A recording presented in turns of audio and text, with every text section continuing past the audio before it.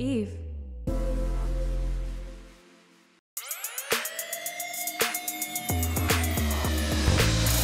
Welcome back to DemiGoddess, a podcast hosted by me, Demi Burnett. We have such a great show today. Joining us is former wellness blogger turned investigative journalist, comedian, and performer, Weiss. Allie's podcast, Tales of Taboo, is an anonymous confession show investigating and celebrating what happens behind closed doors. We have a really interesting conversation because Allie is a person who will immerse herself in an experience, and I can't wait for you to hear it. But before we talk to Allie, it's time for Shut Your Pie Hole, where I give you my take of the week.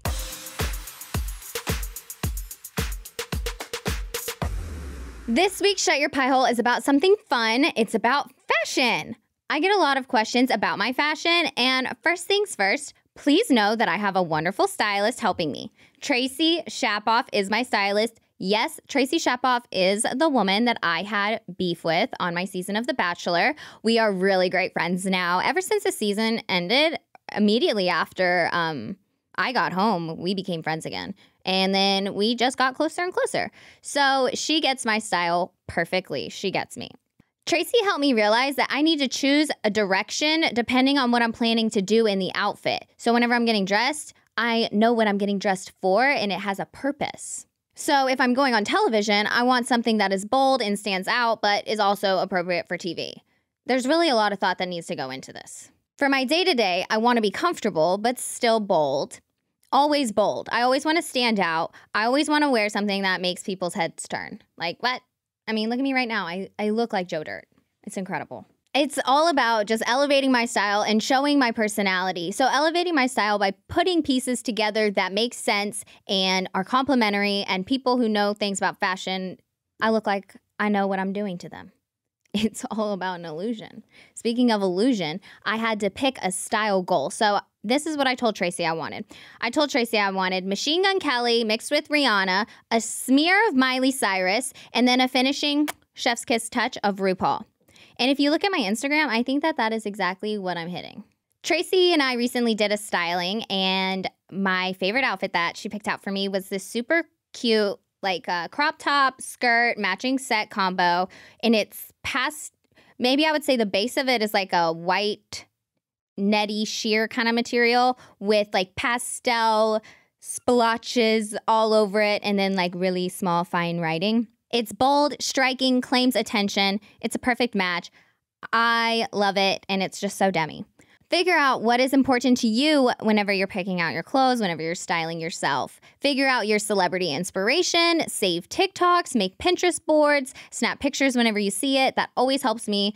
I am literally wearing the outfit I'm wearing right now is exactly how the model is wearing it on the photo on the website, the While We're Awake website.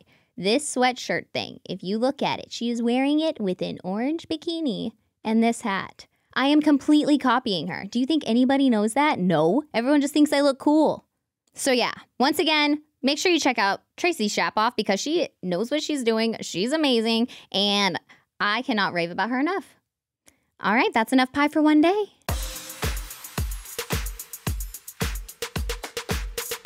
Hi, Allie.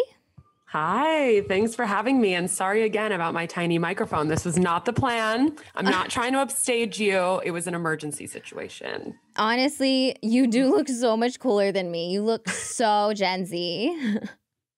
Wow. And I'm so not. So actually, I'm just a poser. You're the one who wins. And you have your sunglasses and your hat. I look like a mom, honestly. And now I have this microphone. I look like a mom trying to stay young. I was actually just talking about this in my Shut Your Pie Hole. Look at the model wearing this shirt. Not me. Completely just copying the outfit. Just completely. Not even a little. Oh, I added the sunglasses. I'll give myself that. I said, I'm not thinking today. Is that how you make a lot of decisions about what you're going to wear? I'm always very curious about how people develop personal style. And listen, just like ripping the outfit off the model is a great way to do it. You know what? I take it as inspiration. They inspired me. And I said, oh, well, you know what? I've got an orange bikini. And you know what? I have that shirt. They just sent me the shirt and the hat. Why not? A pair of jeans? So just to confirm, it cuts off here, right? Like it barely covers your chest. Yes. No boobs, just there. No tits whatsoever. Only shoulders and arms, which I love. I actually do love this because I have a lot of tank tops and stuff that I never wear because I'm like, oh my gosh, I'm going to surely get cold in a matter of minutes. You know, the second Not anymore. Not anymore. My arms are covered. Incredible. But so enough about me and my ripping off the models. You are a wellness blogger, an investigative journalist, comedian, and performer. Wow, wow, wow, wow. How did you get here? Oh my God, where do I begin? Well, I am a reformed wellness blogger. I do not do it anymore. Proud to say I do not do it anymore. I would never. Basically, my whole life has been a journey of self-exploration and like trying to find a sense of meaning and purpose and not being existentially miserable all the time, which I think is very relatable.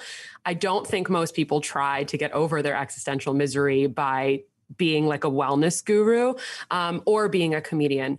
But I like any other 20-something, just rebranded a bunch of times until I felt like I didn't want to die every morning when I woke up. And eventually it kind of worked. So that's how we're here. That's the long story short. So what is the here? What is the final thing that made you not want to die?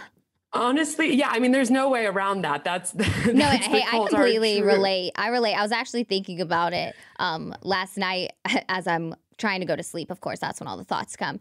And I was like, you know, I really was out there for like 20 years, so fucking suicidal. Like maybe not 20, but like 10, 15, like really out there being like, you know, maybe I should just go ahead and die. Like dying sounds better. And that, and then once I started working on myself, that's whenever everything changed. And you know what no one talks about though, that like really pisses me off. And this is something that I like was thinking about when I was so deep in the wellness world is dying seems like the better option when you wake up every morning and you're miserable and you're depressed, but it is also so much work to take care of yourself. Like a self-care routine can sometimes be just so emotionally and physically taxing. And at least in my experience, you know, taking care of myself was a better option than sitting in bed all day wishing myself dead. But the amount of things I had to do to get myself to a place where I felt okay every day and I felt like I could be like an active member of society, there was barely any time left for me to like work or like be productive because it was so much self-medication, but also just like, I really have an issue with the way that the wellness gurus or even women on Instagram who try to be inspirational make it seem like it's really easy to just develop a self-care routine that's going to make you feel better and get your fucking ass up and work. It literally reminds me of that.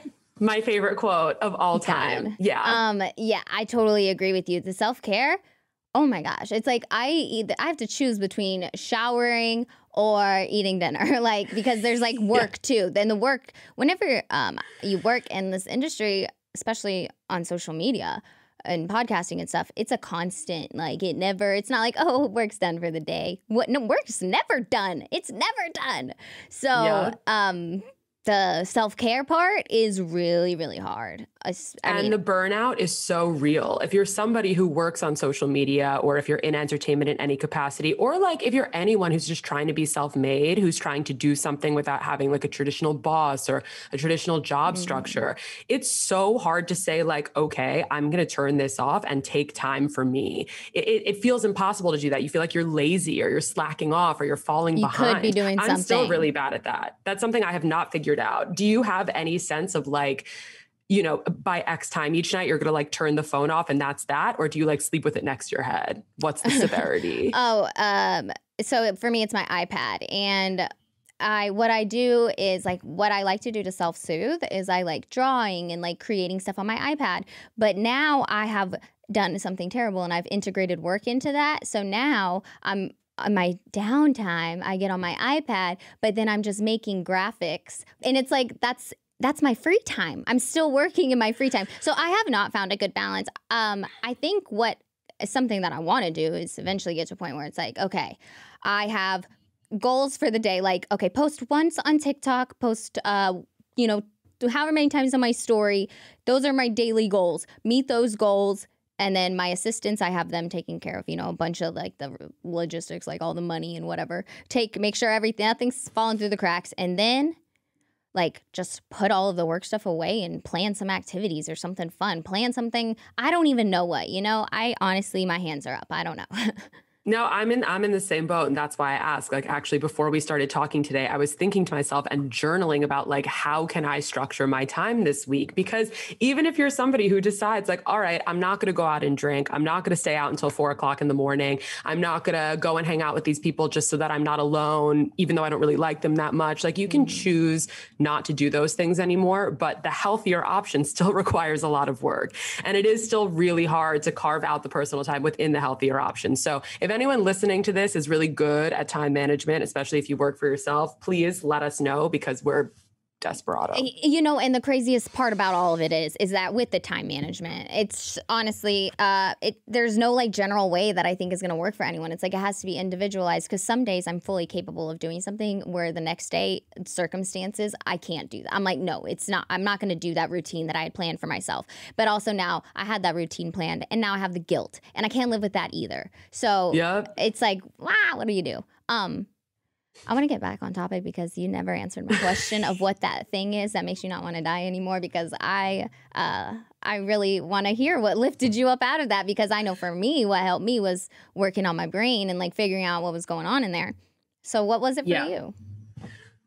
So honestly, this sounds really basic and I was probably the last person to get on this bandwagon, but finding a sense of purpose, it sounds really simple. I know but what you feel mean, like it's hard. That came with figuring out my brain. It came with a purpose, like finding a purpose in my life too. Yes, 100%. Because look, I think especially in 2022, we are surrounded by so many opportunities to like get a lot of exposure really quickly. If you focus all your attention on TikTok or on Instagram, or if you go on TV, or if you launch a really cool product that appeals to Gen Z, like that's all well and good. But a lot of people who choose to pursue that lifestyle don't actually like what they're doing.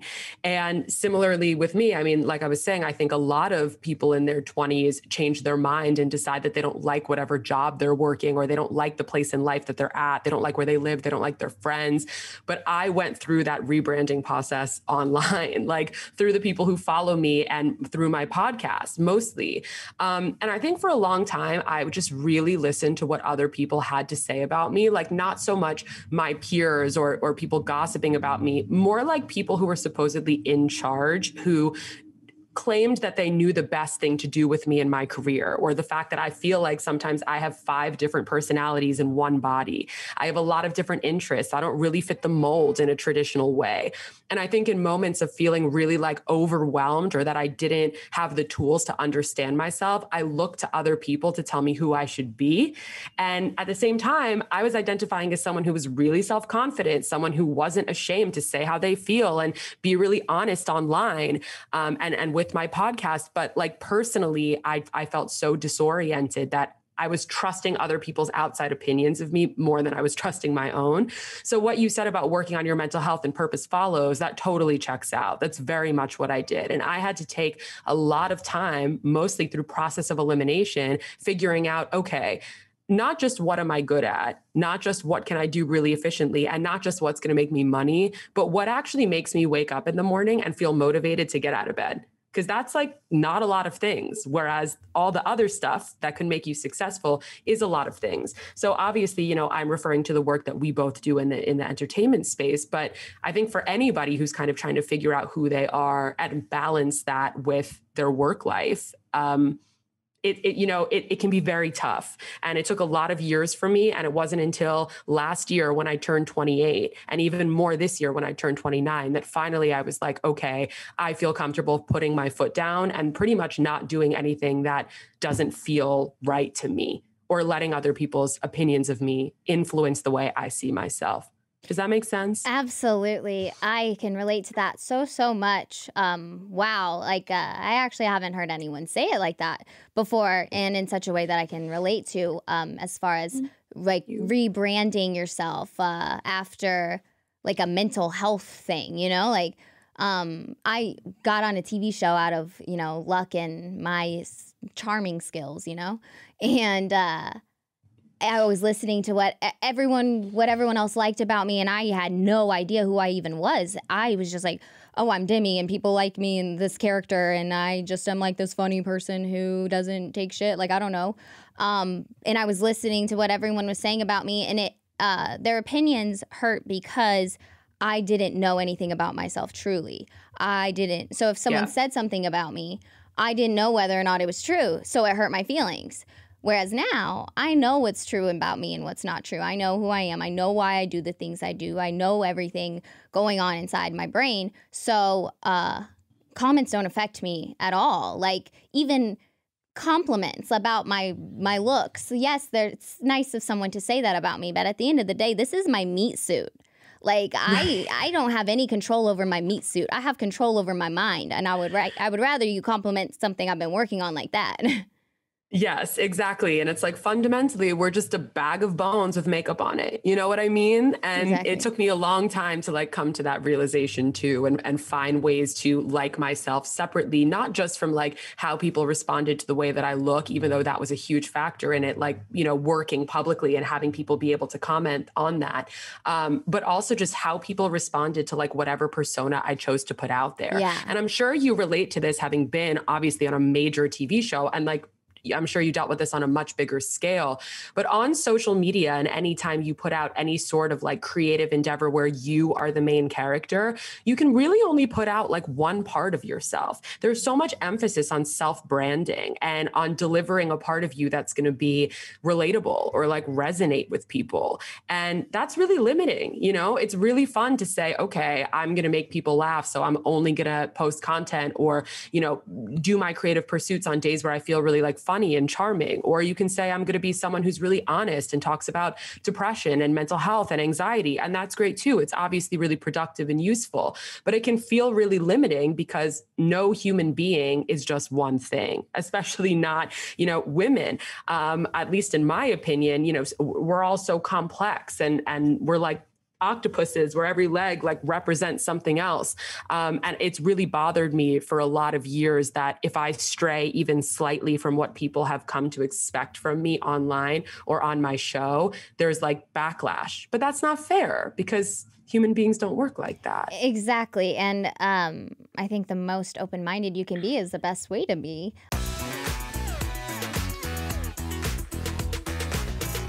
Need your Demi-approved hair care? Well, I've been using Navy for 2 years. That's right, 2 years. And I always recommend it. My fave products are from the Search and Rescue line. That includes their biotin and vitamin infused shampoo, conditioner, and serum. They have wonderful ingredients like biotin, obviously, and also rosemary oil. Navy has the product combo that makes me feel confident about my hair, and I simply just won't go back to anything else. Try it out for yourself. Use code DEMI and save 30% at NavyHairCare.com. Again, that is 30% off with code DEMI at NavyHairCare.com.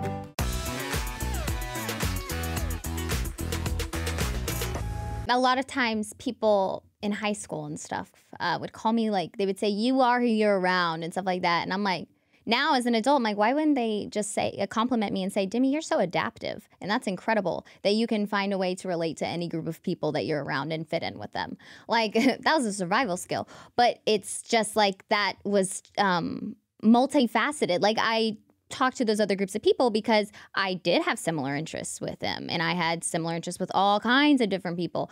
Women are put in a box a lot.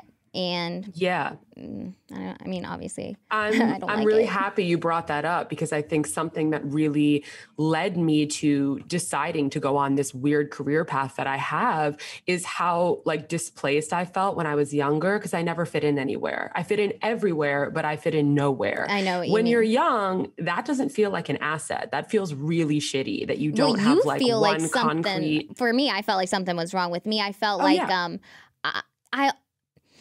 and not like something was wrong with me as in like something quirky or weird. Like, no, I thought that socially I was a failure. I was like, no one liked me. Like, secretly everyone was talking about me all the time, because they were.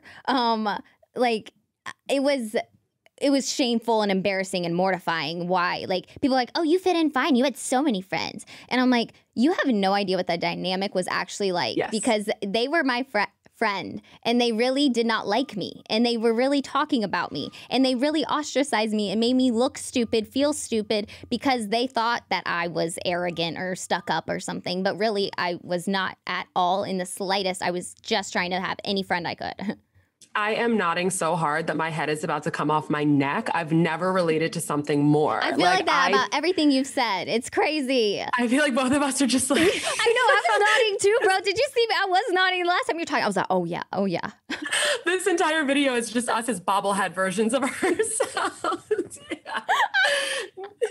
I love it. Oh my God, I feel so safe. But no, I mean, I relate to what you said so deeply, because even though I was 100% that floater who didn't have a clique, didn't have a home base, had so many interests, from the outside, it looked like so advantageous that I could fit in anywhere. But when you're young and you're impressionable and you're in a school environment where everyone is like just trying to get through, and there's a very concrete list of like things that make someone like socially acceptable or cool, like it sucks to feel like you don't have a place. Like that feeling of just floating and not being grounded really bled into so many other aspects of my life. And I went to college. I grew up in New York City in a very untraditional environment. My high school experience was very untraditional, but then I went out to California for college and I joined a sorority. And that was my first experience having like boundless female friendships that were unlike anything I've ever experienced in terms of sisterhood and loyalty, and always having not just someone to call, but a whole group of people to call.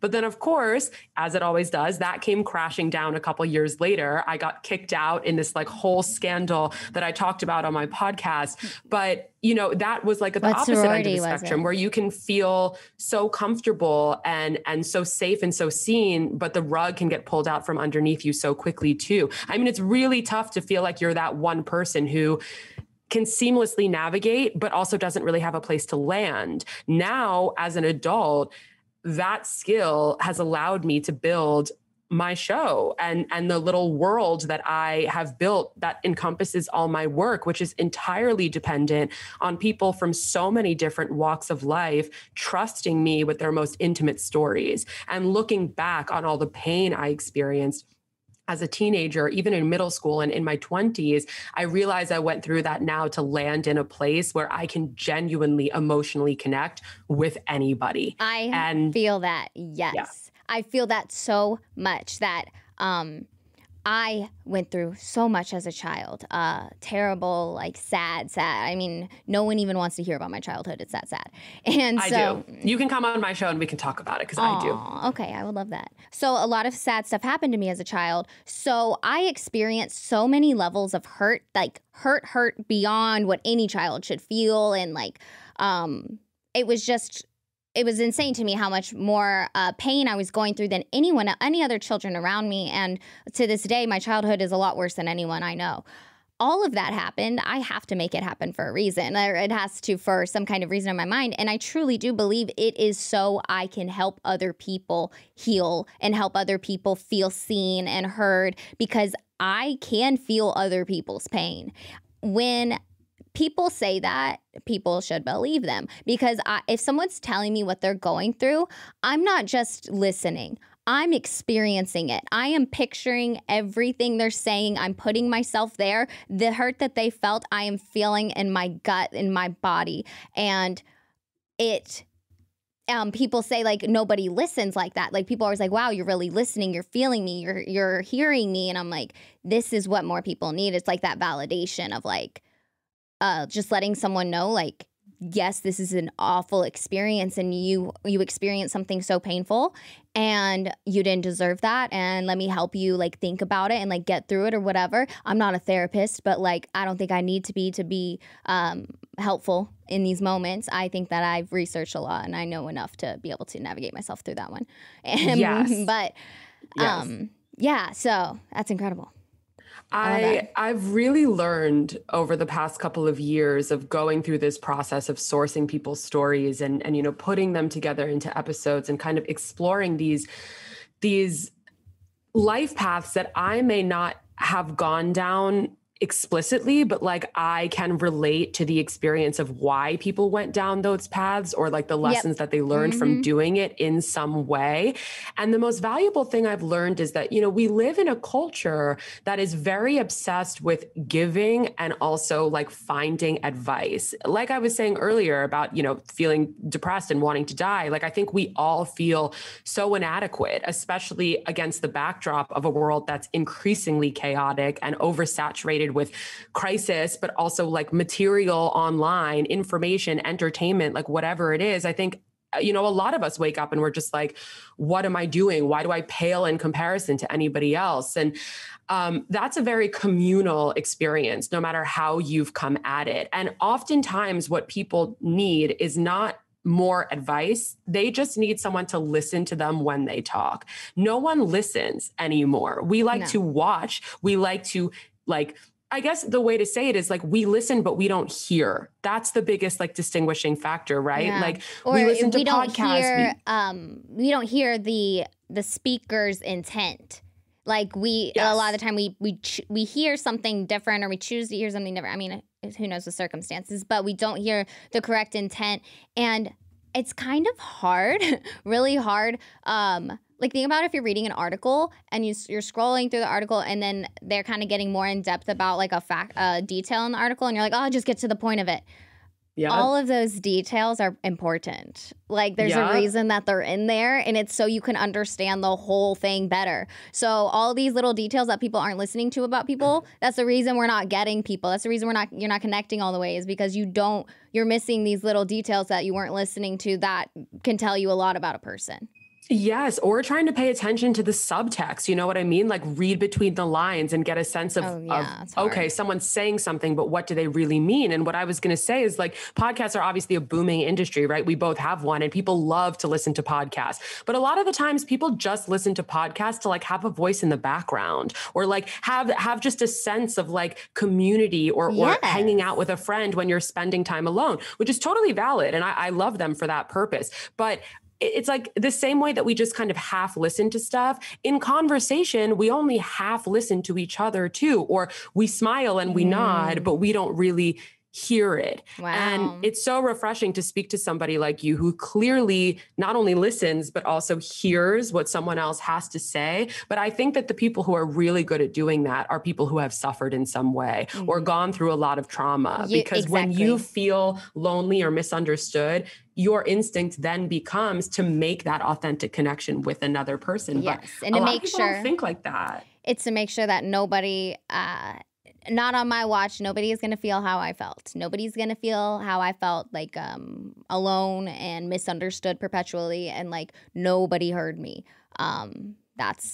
That's the goal, I feel like, of most people that have been through some heavy trauma. I also don't want anybody to come away from an interaction with me feeling anything less than positive. Look, like I think it's normal to disagree. I think it's normal to butt heads or even argue, but I never want someone to come away from hanging out with me or having a conversation with me and feel like I didn't really listen to them, or I wasn't engaged in what they were saying, or I wasn't genuinely happy to be with them. And like I was saying, I think getting into my late 20s has really allowed me to kind of put my foot down with where do I want to be spending my time and energy. And now that I'm more selective about that, I always make sure that I show up 150%, because I never want someone to walk away from that interaction being like, why did I just waste my time doing that? I love that. It's mindfulness. I love whenever I realize after I've been around someone, I'm like, oh my gosh, I just realized they said this thing in this moment and I wasn't really paying attention because I was listening to something else, but they were trying to talk to me and connect with me and I didn't hear them. I wasn't paying attention. Blah, blah. Shoot them a text. Oh my God, you were trying to talk to me. I'm so sorry. The spiral brain. That's me like 5 times a day, every day. Just and like making sure that I didn't miss something. I'm like, I have to connect with you. Okay, I do have a question about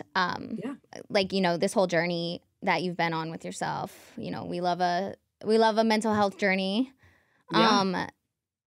Where did masturbating with crystals help? Did the masturbating with crystals do anything to help with the mental health journey? Did it even feel good? And what was it? What happened? I need to know. I'm so sorry. I need to know. Oh my God, don't apologize. I opened myself up to this by doing it. So Let's start in reverse. Yeah, it felt really good. It was honestly the best sex toy I've ever used. And it's a line of sex toys that are made out of crystals, for clarification. I didn't like go to the hippie shop down the street in the East Village and like shove something random up my vagina. Like it was deliberately a line. Yeah. You can't really call them dildos because they're not shaped like penises. They're more like long and like sanded down and like What's rounded. They're very smooth. It's called, I'm going to mispronounce this, shock rubs, like chakra, but instead it's shock rubs.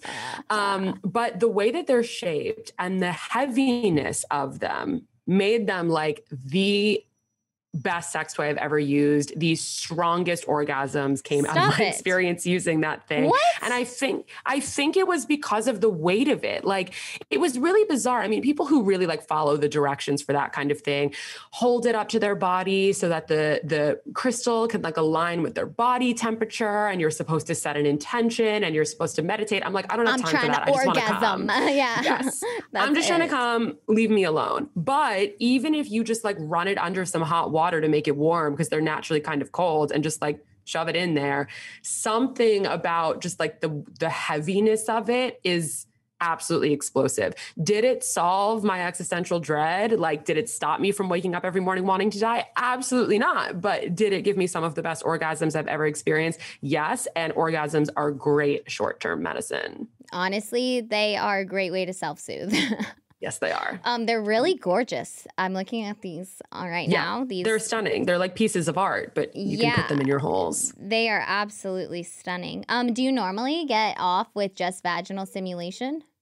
I wish. No. But the it crystal is possible. It's happened before, but for me, the best thing to do is to just kind of put it in there as almost like a stopper, like a plug, and then use whatever else you'd normally use, like a vibrator, on the your clit? fingers and whatnot. Okay. Yeah. Okay.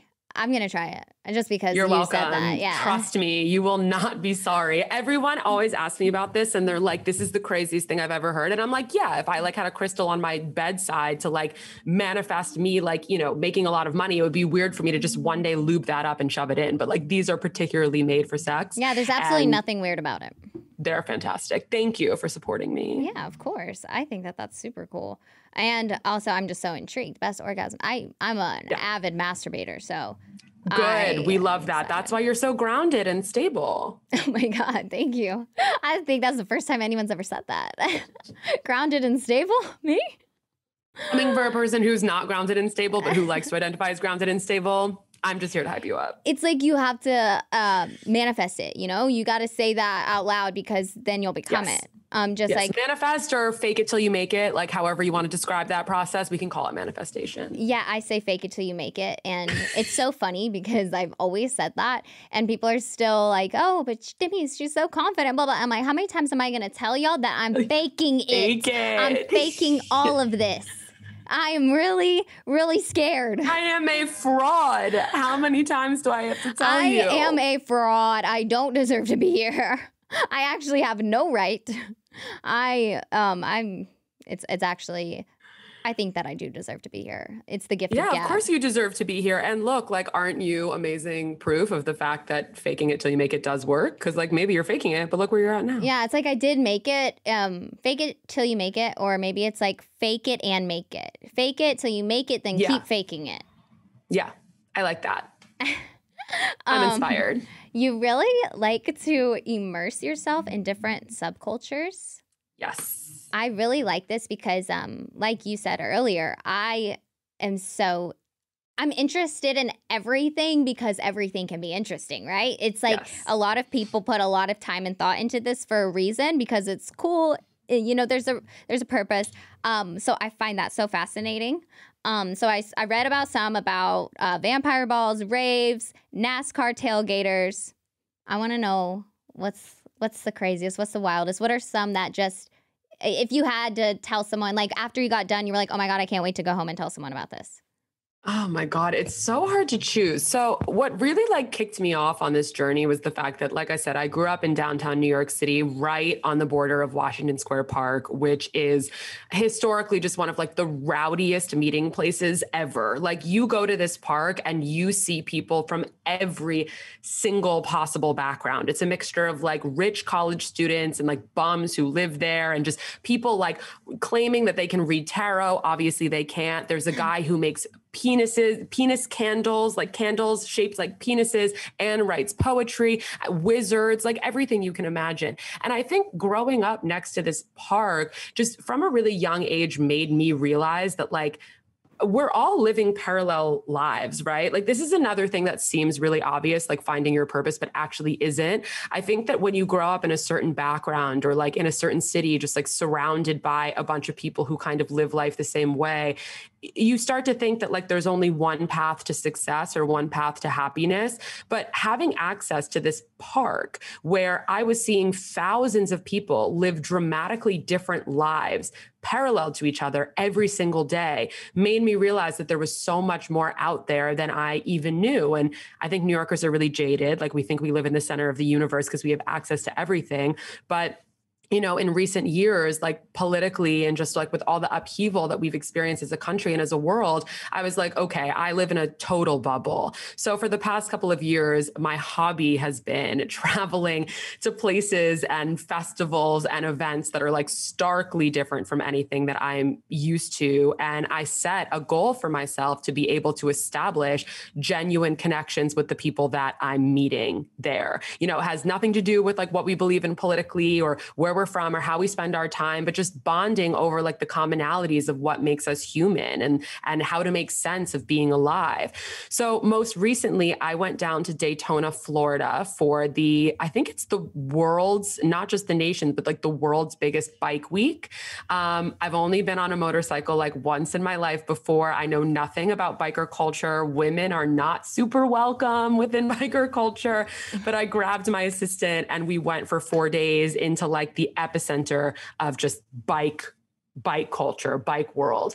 And that was fucking wild. I mean, it was insane. Like just the visual of me sitting at the counter of Waffle House, surrounded by the biggest men you've ever seen, wearing leather vests that say like, I ride for Jesus on the back. They're all sober and they've replaced drugs and alcohol with like riding in their packs across the country. Wow. And the waitresses were all dressed up in this like weird cocktail of Y2K meets 80s clothing.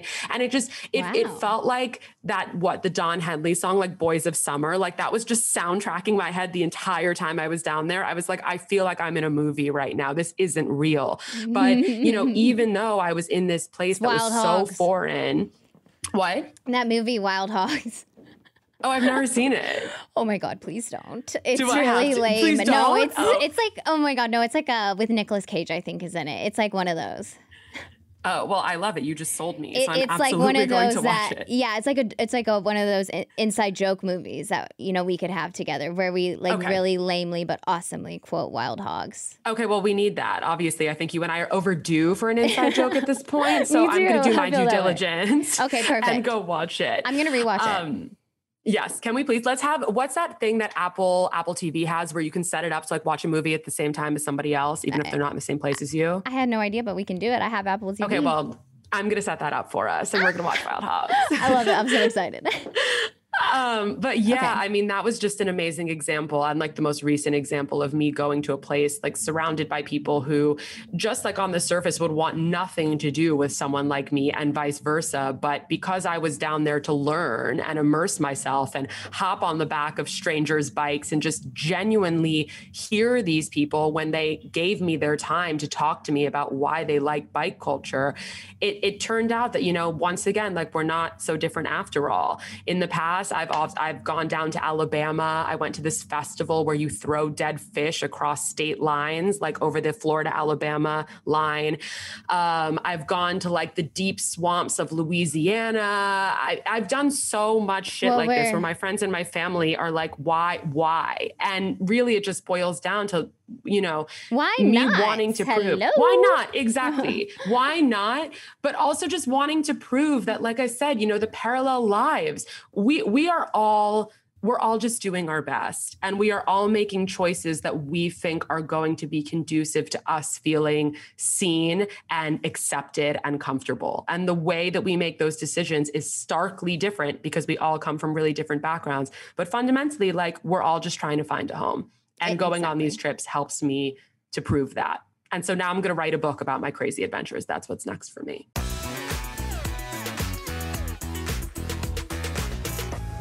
Something about me? I love baking. And what makes baking so fun is not just getting a cake at the end of it. It's the entire process. When I bake, I listen to audiobooks. They set the mood, and that's why I love Audible. Audible has a huge selection of audiobooks across every genre, from bestsellers and new releases to celebrity memoirs, mysteries and thrillers, motivation, wellness, business, and more. As an Audible member, you can choose one title a month to keep from their entire catalog. They have audiobooks, Audible originals, and podcasts that are included in the membership. And they keep adding more each month. Right now, my go-to Audible audiobook is Neurotribes by Steven Silberman. It's been a deep dive into the history of autism and neurodiversity. It's so educational, and Audible makes it even more enjoyable to listen to. Let Audible help you discover new ways to laugh, be inspired, or be entertained. New members can try it free for 30 days. Visit audible.com/DemiGoddess or text DemiGoddess to 500500. That's audible.com/DemiGoddess or text DemiGoddess to 500500 to try Audible free for 30 days. Audible.com/DemiGoddess.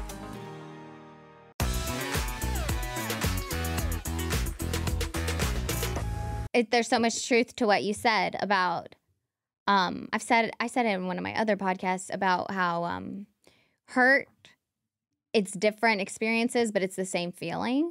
Yeah. And we all experience it, and we just try to put up walls, and we try to separate ourselves from each other and try to be like, oh, everyone's so unique, everyone's so different, like to, make people feel good about their individuality. Of course. But it's like, I think what's more important is to remember how similar we all truly are.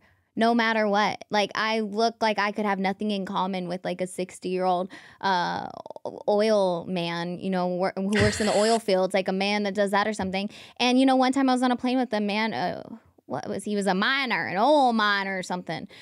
And I talked to him the whole time, and we got along so great, and it wasn't creepy and flirty or anything like that. It was just like friendship. It was so, it's awesome how when we can throw away the social rules, the connections that we can make there, and yes, how genuine they are, just as genuine as they are with the social rules, and who our peers are supposed to be, sometimes more genuine, I would say.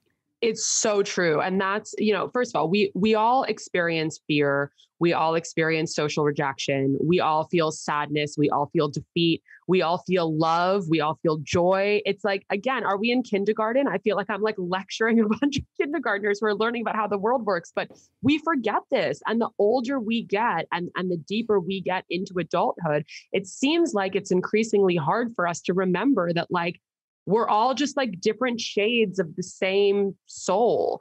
And, oh no, now I'm having the brain fart. You said something that I really wanted to comment on. And oh yes, you were like, sometimes it's easier to be authentic with people who are not like in the same social circle as you.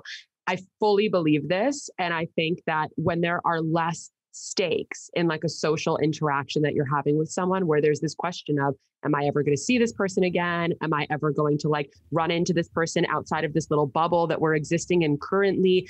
When you don't have to worry about like doing or saying the wrong thing, or how something that happens in that interaction you're having can bleed out into other aspects of your life, it gives you the freedom to be exactly who you are. And that's why I love stranger danger. That's why I choose to talk to strangers every single day on my podcast and in my videos, and even just walking around the streets of New York, because I think that there's this amazing freedom and this amazing authenticity that exists with people who are people like you living a parallel existence, but you don't have to worry about that judgment or not doing things the way that they want you to, that they're projecting onto you.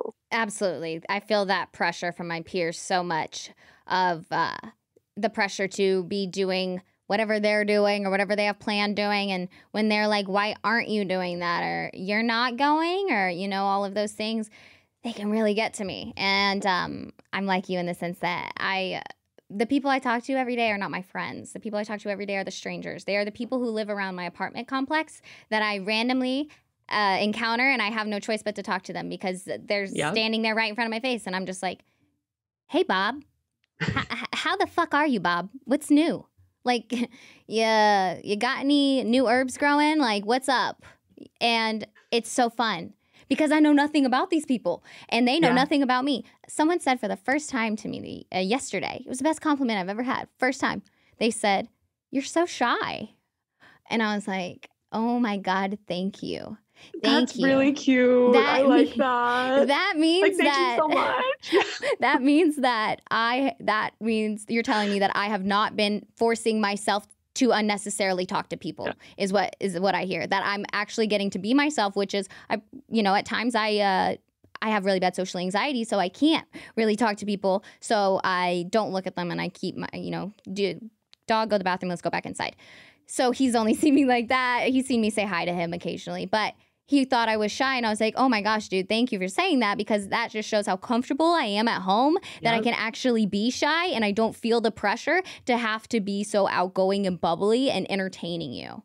Yes, you can just exist, which is like the greatest luxury, to just exist. It's so hard to exist. And that's kind of, I think, what I was trying to get at when I was ranting about how difficult self-care is earlier, is that it can be so hard to live presently. Like, what does it even mean to live presently? Every moment that we're living presently is a moment that's becoming the past. It's passing us by.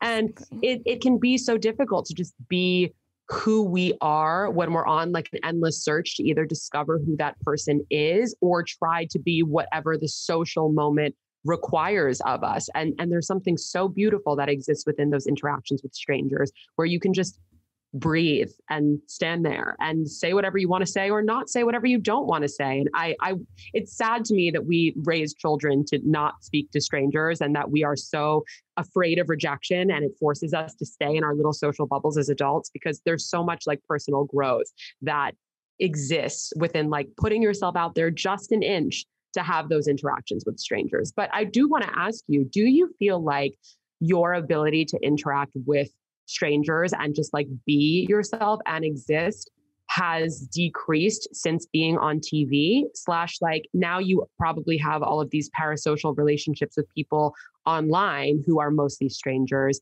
How does that impact you on like a day-to-day as you have more and more exposure? I will say this. I am neurodivergent. I'm autistic. And this is actually one of the defining traits for one of the tests. It's a bunch of yes or no questions. And if there's any no's, then those are signs that your child could have a neurodevelopmental disorder. So I was never scared of strangers. As a baby, strangers never made me cry. I've never been scared of strangers, which is odd as fuck. Babies are supposed to cry from strangers. So I love that though. Yeah, it's interesting to me. The only thing that made me cry was Santa Claus and the Easter Bunny. But I think that what happened for a while in high school, and yeah, probably just in high school, I was scared of everyone, like strangers and whatnot. And then in college, once I got my confidence back, then strangers, they didn't scare me anymore. The show, definitely after being on TV, there were no strangers for a while. Like after the hype of the show, everyone's looking for you. So I didn't have any strangers. Everyone knew who I was for a while. But then now there's obviously strangers again. And I think it's nice because a lot of the time they don't know about the show, which I like, because I'm like, I have grown a lot since then. And while The Bachelor was very entertaining and funny, you can watch that. Please don't watch me in Bachelor in Paradise, dear God. That was not me, actually. But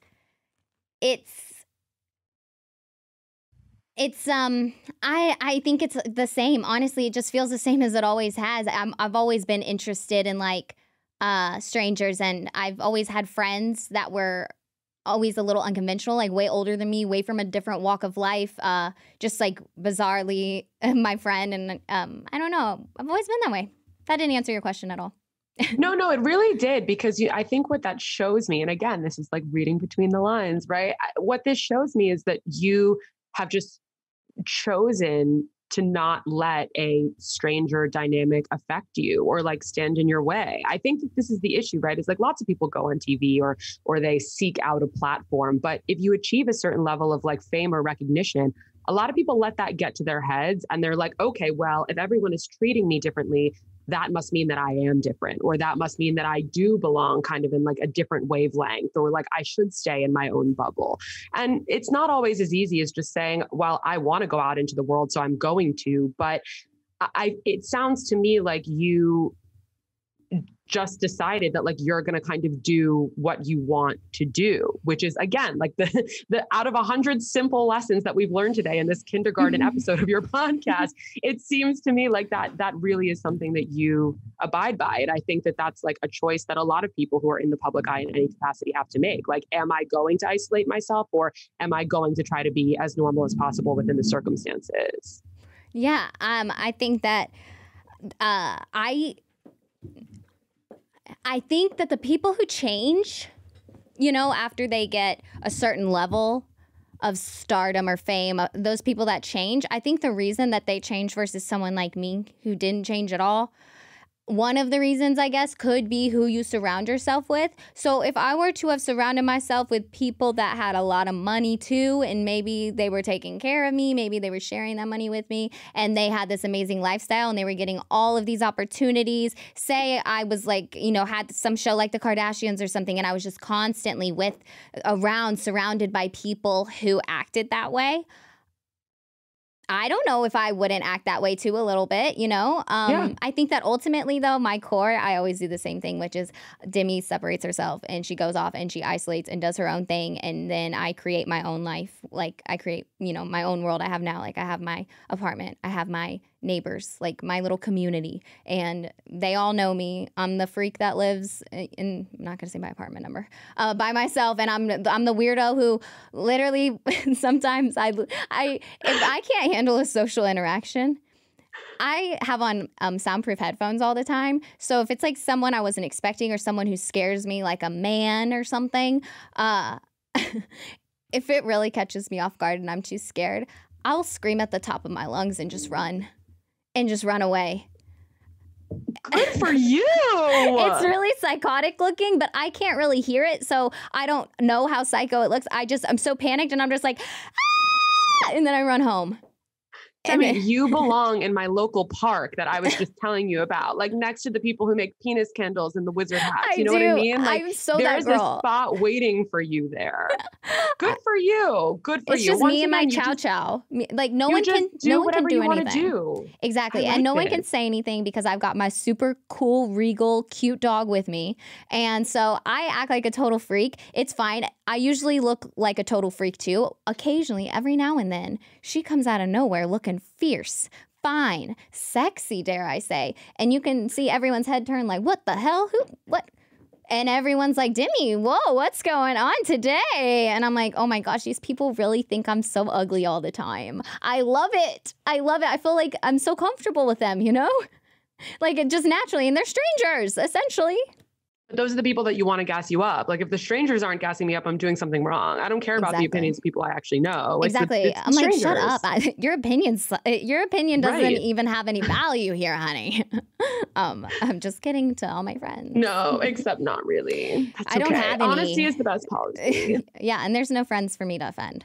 That's not true. You have me, and we are going to watch Wild Hogs together. I feel like we honestly on Apple TV. No, we actually are. I wouldn't say this if I didn't mean it. Where do you live now? New York, but I'm in LA all the time. Okay, well, come over. On your podcast, this is interesting to me too. On your podcast, Tales of Taboo, you encourage women to be open and honest.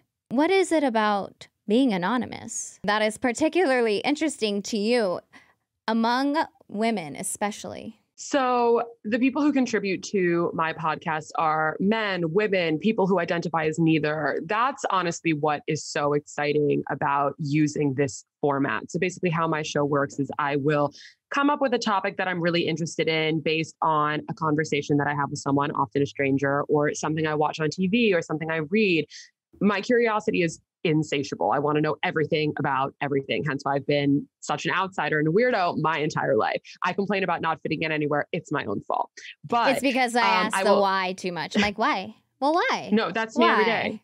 Me too. But I really want to know why, because it makes sense. Everything will make sense. There's an answer to the why. Give it to me. No, it's true. You just got to ask enough whys and eventually you'll get to the core of whatever it is. But yeah, so I will put a casting up on my Instagram story and I will just kind of let it rip. And I'm like, okay, if you fit this particular description, drop your email in the box. I'm going to send you a questionnaire. Let's have a chat.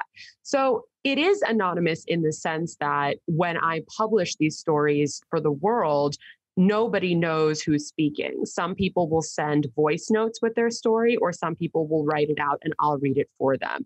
In either format, you don't see the person, you don't get their name, you don't know where they're from unless they choose to disclose that. But these people are not actually anonymous to me because I see who's responding to my Instagram stories. I see the names that are attached to the emails that I'm getting. And everybody who submits to me is also aware of the fact that I know who they are. So there's this really interesting dynamic that goes back to what we were saying about how people really want to be heard. They want to be in a place where they feel, I'm so jealous that you're ripping that vape right now. I can't even keep a straight face. Next time we chat, I'm bringing mine too. I wish someone told me. But here, yeah, so it's take a hit. Me and my best friend always do that. I'm so glad you played along. You get it. I get it. You fucking get it. Okay, sorry. Wait, we are best friends. I feel like we are now. I'm going to text you after this all day. Please do. Please do. But yeah, so it's this interesting dynamic where like these people know that they're not anonymous to me, but they submit anyway because they want to be heard. They want someone to listen to them. And then when these stories go out to the public doesn't know who is speaking, but whoever sent me their story is going to be grouped in an episode with a bunch of other people who had the same experience. So it's two sides of, once again, like people looking for a home. And what's so special about allowing people to be anonymous is that it provides this kind of sanctuary in the very oversaturated world that we live in, like of just people feeling as though if you don't take pictures, you don't take videos, or you don't document the experience that you're having, it's not valid. And giving people the right to anonymity allows them to share stuff that they have been sitting on for God knows how long. And it allows them to share those things without fear of consequence, without fear of social rejection, without fear of being teased or bullied. Basically, all the things that you and I have been talking about for the last hour that have really fucked us up. I'm allowing people to feel safe and heard without having to deal with all of those negative side effects. And it turns out you don't actually need to know who is telling the story in order to feel seen and welcomed and that you have a place. Because really what we all want is just the idea that other people have experienced what we have. And so that's what I've kind of been able to build here is like, it's like AA almost, like an anonymous community meeting, but it's happening via a podcast. And it's just like the absolute honor of my life that strangers want to share their stories with me, that they feel comfortable being honest and authentic with me. But I attribute that to the fact that I have been through so many insane, negative, mind-boggling life experiences, a lot of which I've like put myself into, but also my choice to air out so much of my own dirty laundry and talk about things that have happened to me that most people don't want to talk about. In doing that, I have made people feel like it is okay for them to do the same. And that is why I make the decision to talk about the personal things that I do. It's not because I feel like I need to just talk to the void or I need to get some sort of, parasocial validation. It's because I want to set the tone of anybody who's considering sending me their story. I want them to know that this is a place where they can let it all hang out and it's going to fall on the ears of somebody who not only is okay with that, but who likely in some way, shape, or form has had a similar experience. So I think just in this time of everyone complaining about feeling so lonely, so isolated, so anxious, there's a lot of pressure on people with platforms to be doing something with their platform. But I think that the most important thing is like any step that we can take in the direction of just making people feel like they have a place to go, especially if you're someone like us who spent so many years feeling as though they didn't have a place to go. That to me is like the best use of any sort of public platform. And that has really become my purpose. To answer your first question of this interview that I never answered, that really is my purpose and what gets me out of bed every morning, feeling as though like I can be a vessel for people who don't have the same like privileges that I do to stand up and speak out for what they think is right. I think that is so beautiful, and exactly how I feel my mental health journey and figuring out I'm autistic, and being a voice for the group of women who struggle to be believed. That has brought me so much purpose and so much like validation.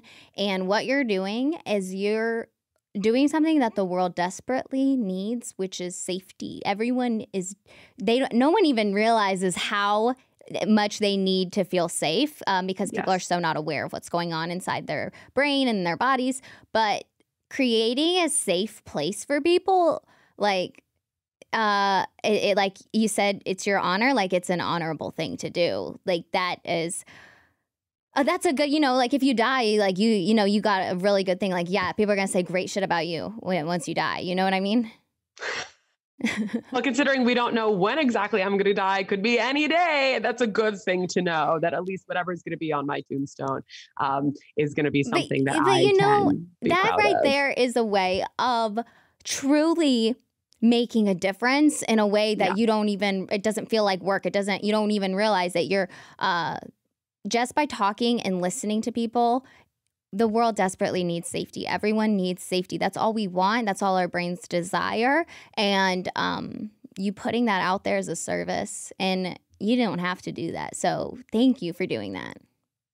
Thank you so much. I'm sweating. That's so nice. But seriously, thank you. It means the world. I think even all these years later, I definitely still have imposter syndrome sometimes, and it makes me feel good, but you never really know if it's going to make anyone else feel good. Yeah, I feel like I'm waiting for this motherfucker to come out from behind the bushes and him be like, "You're a fraud. You really are insecure. You really don't believe in yourself even." Like they're just going to come out of nowhere with like these crazy insults. Well, actually, that's going to be me hiding in the bushes of your apartment complex with a megaphone. And I'm really going to scare you in the beginning, but then you're going to realize it's me and you're going to be like, "Oh my God, welcome. I'm so glad you came." And then we're going to watch Wild Hogs and live happily ever after. I'll be like, "Oh my God, thank God you're here. Do you want to get stick and poke tattoos?" Yes. That's incredible. I don't have any tattoos. I don't even know why I suggested that. Neither do I, but I would do that. Neither do I. And I'm like, we both signed up for it. We both are just like, yeah, sure. Anything with you, I'll do it. 100% busted. But I feel like, look, if I'm going to go through all that effort to play that elaborate prank on you, we do need stick and pokes to commemorate the occasion. It would all make sense. It would all make sense. Well, thank you so much. I'm obsessed with you. I'm going to text you all day, but I do have to wrap it up here. What do you want to plug? Give us all your good plugs. Okay, you can find me all over social media at Ali Weiss World, Weiss. My podcast, my baby, is called Tales of Taboo, and you can find that on any and all streaming platforms. And what else do I have to plug right now? I am writing a book, but it's probably going to be a while before that sees the light of day. So for the time being, come join the podcast community and tell me all your dirty secrets. You're safe here. I feel so safe with you. You are... Oh, that was so refreshing. You're incredible. Thank you. Thank you so much for having me and giving me your time. I really appreciate it. Oh my goodness. Of course. All right. I will talk to you soon. I'm going to get your number after this. Yes, please do. All right. Bye. Bye.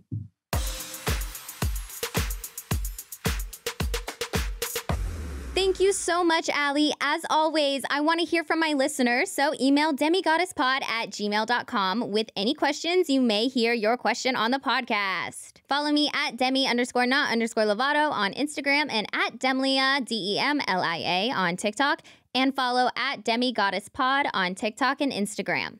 You can also watch all DemiGoddess episodes on our YouTube channel or listen on your favorite podcast platform. See you next week. Bye. DemiGoddess is part of the Eve Podcast Network and a Forever Dog production. Executive producer, Tracy Soren. Development executive, Mariah Nickolas. Engineer and editor, Sebastian Portuendo. Theme music, Gabe Lopez. Cover photo by Stephanie Sayers. Forever Dog Productions is Joe Cilio, Alex Ramsey, and Brett Bowen.